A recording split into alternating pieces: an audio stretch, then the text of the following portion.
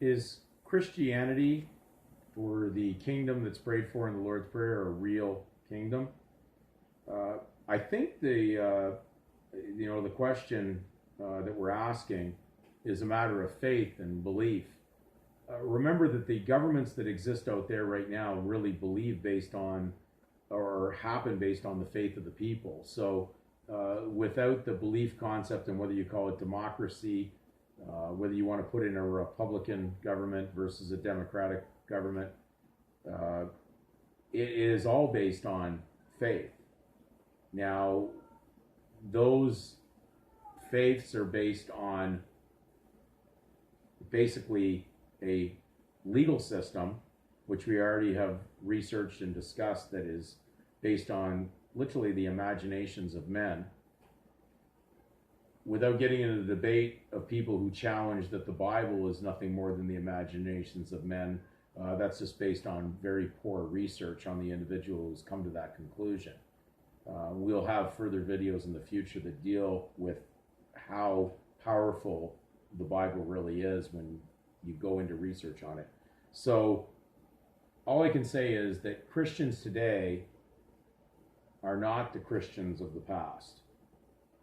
They're not the brave Christians who were willing to put their lives right into the arenas of the Romans to stand pure before God. They would not incorporate their belief in Christ Jesus with the Roman corporate idea. So they themselves actually died for the right cause.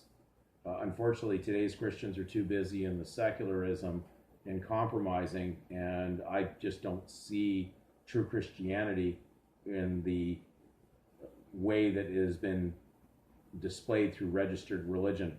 So I think that if I had to sum it up, the error on whether Christianity is a state is really based on those that aren't exercising their faith and acting as an ambassador for Jesus Christ, walking with true belief that it is a kingdom.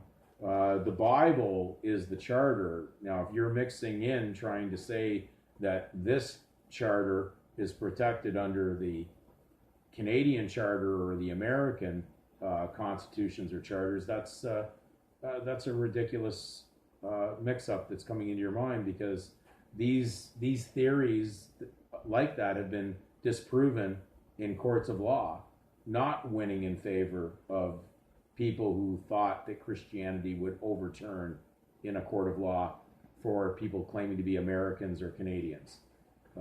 This book is contrary to what's allowed in nations like Canada and the United States and other countries.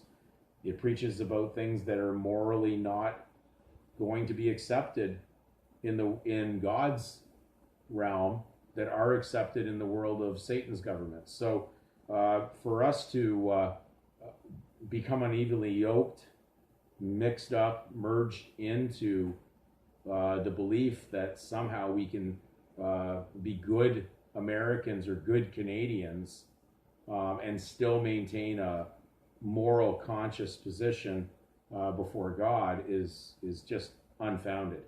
So the only thing that's stopping you from walking under the sovereignty of God is the fact whether you're willing to go ahead and do that, speak it, and be that. God can't make you be that. That's something that you have to do individually. So baptism and what begins someone into the citizenship of God is only symbolic. The actions speak louder than words. So I ask you again, if you're claiming to be a Christian, do you really believe that you're in the citizenship of God, in God's kingdom, New Jerusalem above, which is stated to be the mother of us all, those that are spiritual believers? Or are you deciding to be part of the vomit of society with what you see going on in the world politics right now? Do you really have your faith and trust in that? Will you be willing to sell your soul to the devil?